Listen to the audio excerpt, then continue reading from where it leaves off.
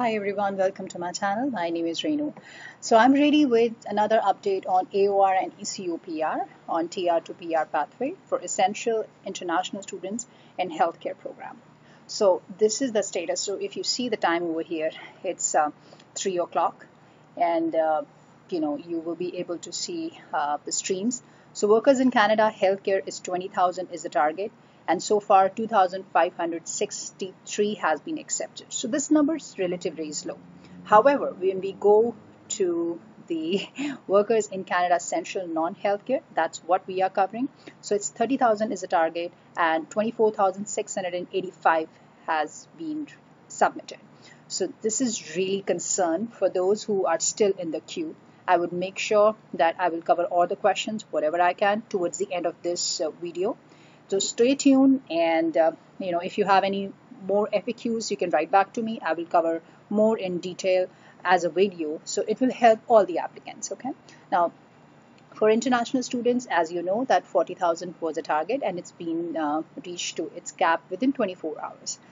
Now, this is the total processing time period from AOR to eCOPR. Now, to begin with, I would say each and every case is different. So you cannot say that if you have submitted your application, like for say on May the 6th around 12:30 a.m., you might not have been able to receive an AOR. Instead, the person or an applicant who have submitted his application maybe on May 7th, he might have received his AOR prior to that.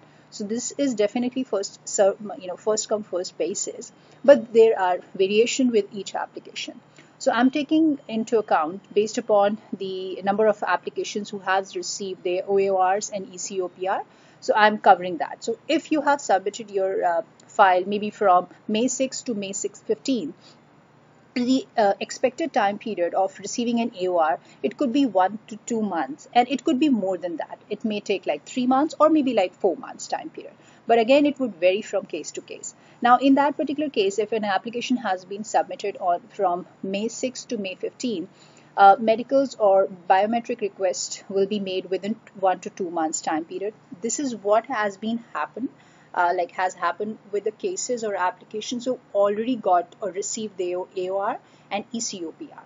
Now, when you receive your AOR within say 2 months or maybe like 2.5 months time period, calculating from May till mid of July, you are supposed to receive the request for medicals immediately after AOR, or biometric request maybe within 1 to 2 months time period. Right. So if you if an application has been submitted on May 7th or May 8th, that person might have received the AOR within 1 month's time period. So approximately it should be, around beginning of June. So one of the applicant who has received the request for AOR beginning of June, and then the request for medicals in the mid of June, and then that person has already done the biometrics in the past. So only for medicals he has submitted the proof like as an appointment with the doctor, and after that he has got to the PC confirmation portal mail. Now I will be covering more in detail about this after this slide for sure. And that may take up to 1.5 months, and it could be less or more depending upon case to case. Now then there would be a request for the photo to be uploaded. Now the visa officer would request you, because this has to be uploaded on via IRCC portal, and then they will issue you the PR card. So this is eCOPR. That will take approximately 2 months time period, or it could be more, and depending upon case to case. Now let's move on to another slide. Now, applications that are in process. So how's the method? So IRCC will review your application for decision, and applicants will be asked to submit the required documents, if needed by the IRCC visa officer, such as, if you have not submitted sufficient pay stubs. Now, pay stubs is one of the requirement, and time and again, I have discussed in my previous videos. So for those who have not subscribed to my channel, I would recommend you to please subscribe to it, because I have covered a lot on TR to PR. Now, so pay stubs are required, so they will ask you to submit within 30 days time period. Now I will also be covering when exactly you can submit that. Like for say if you are joining a new company at this point of time and you've just left the previous one, maybe like for say June 30th was the last date, and now you have joined the another company in July. So you might not have the pay stubs. So you definitely can get the pay stubs from the previous organization and also get the ROE, that record of your employment. That's going to boost your case. And if you are able to generate the T4 forms, that would be highly recommended, along with the reference letter. So reference letter is one of the major document you have to submit. So just keep that in mind. And then origin IELTS. So some of the people who have gone through the IELTS, they might have sent the screenshot of their score, because what happened if you are appearing for an IELTS for say in on July the 4th, July the 5th. So you might not be able to get the IELTS report right away. So it does take 1 week minimum and maybe 2 weeks or 3 weeks to get the original copy of IELTS. So in that case, the visa officer would ask you to submit original IELTS within 30 days time period.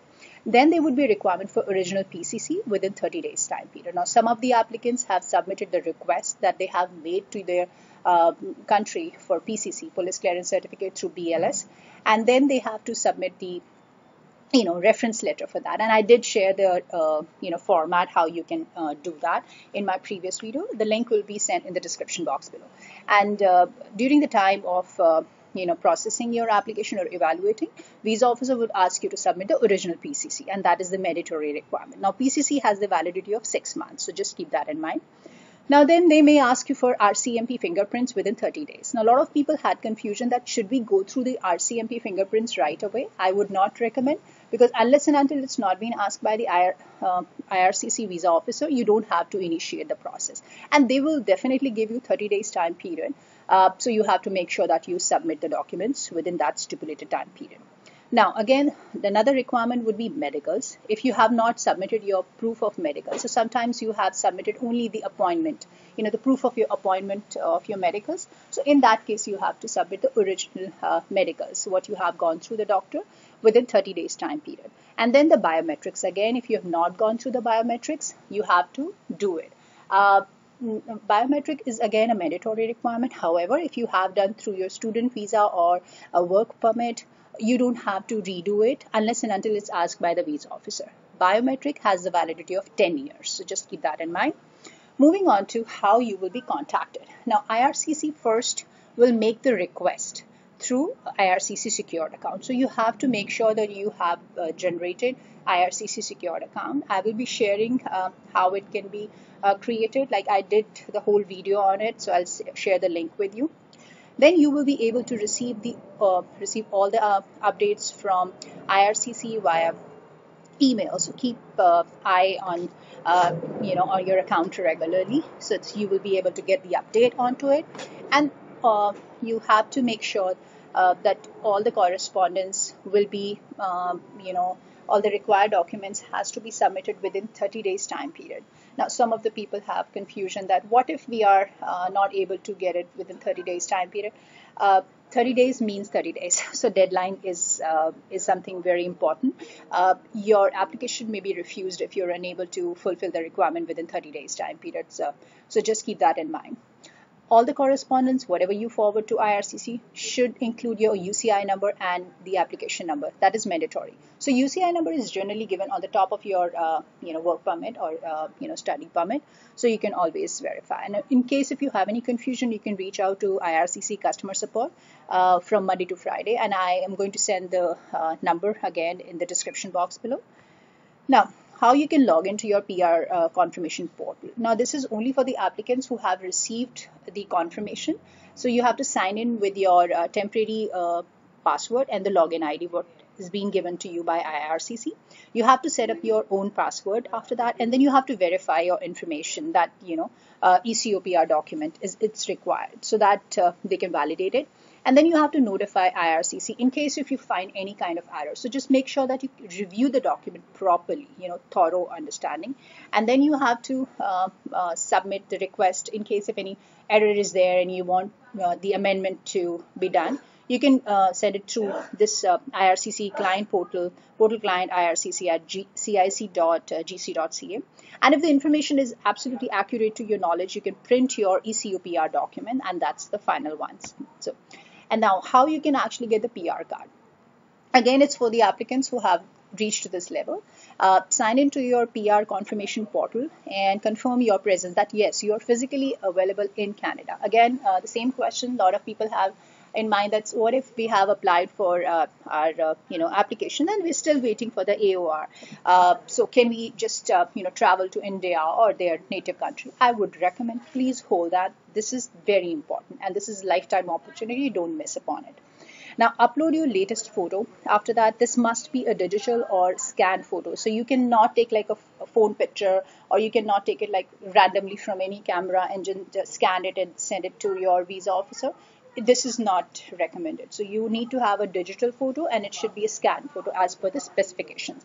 Now after that, you will get the confirmation via IRCC portal itself, and that's more like a receipt to you that yes, it's been uploaded.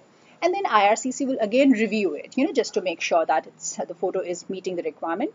And after that, it will show on the portal also. And once it is through, once reviewing process is through, an applicant will be able to receive the PR card via mail. So this would be via mail, the postal address, what you have actually updated with IRCC within 2 to 4 weeks time period. That's what they says. It may variate, from case to case. Again, there is no benchmark that it has to reach to you within 2 weeks or 3 weeks or 4 weeks. It depends, sometimes it may take time. Now, this is all the process of what we have to keep in mind. Now, let's move on to the quick questions here. Now, before that, in case if you have not subscribed to my channel, please do that because I have covered a lot. Now, this is the video where I have covered the total process. I have shown the formats for PR receive, how it actually looks like, an AOR receive, and how you can link your IRCC secured account in this particular video. So I will share the information of this video in my description box below.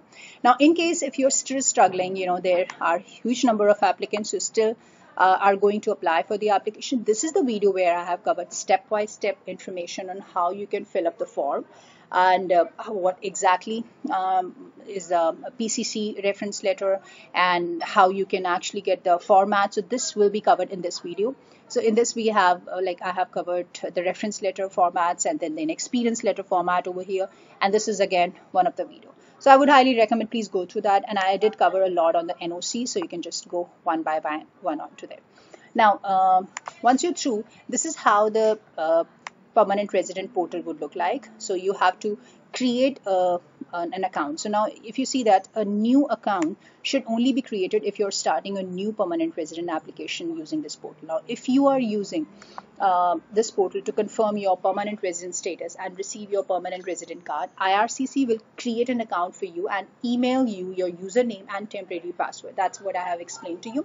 So you actually can set up a permanent password, and then you will be able to confirm all the information for the permanent residents, FAQs and everything. So this will be covered under this. Now let's move on to GCK sign-in account. So this is how the format look like, and I did cover in my previous video how you can create it. So this is the video you have to go through it, where I have explained how you can link your IRCC secured account. So this would be the format. The congratulation email would look like that you are in permanent resident of Canada. IRCC has uploaded an electronic copy of your electronic confirmation of permanent resident document in the PR confirmation portal. Now the eCOPR document is proof of your new status, and you will be able to use this document while you wait for your first PR card that will be sent to you in the mail. So again, you have to make sure that you upload or update IRCC on your current mailing address. That's very important because information regarding PR card would be sent to that. And then you have to verify the information on your eCOPR, and as I explained, then if you find the information accurate to your knowledge, you can print your eCOPR document. Now, a lot of people still have confusion about this, whether we are qualifying or we have the eligible number of hours. So please go through this form 5069, and I have explained time and again. The work experience must be equivalent to 1 year of full time, or maybe it could be part-time. Now, if you have been able to generate 1,560 hours, at least 1,560 hours in the last 3 years before the application for the permanent residence is received, you are definitely qualifying, even if you have multiple NOCs. So for say, if you're working as a customer support for last 3 months time period, and before that you were actually working as a store shelf stocker, and before that you were working as a security guard with a warehouse, you are qualifying. Only thing is that you need to have 1,560 hours. Now, one more question. There are a lot of people who say that we are students and we have been able to work more than 20 hours during COVID, because during that time period, government has announced that you can work, like for students, they can work full time or more during COVID time period. So they might have worked for 25 hours or 30 hours, even 40 hours. So I would recommend please include those number of hours in your application. It depends upon the visa officer whether they would be able to evaluate those 40 hours, because here is a catch. If you see here, they have mentioned work in excess of 30 hours per week over a shorter period cannot compensate for any short overall period of time.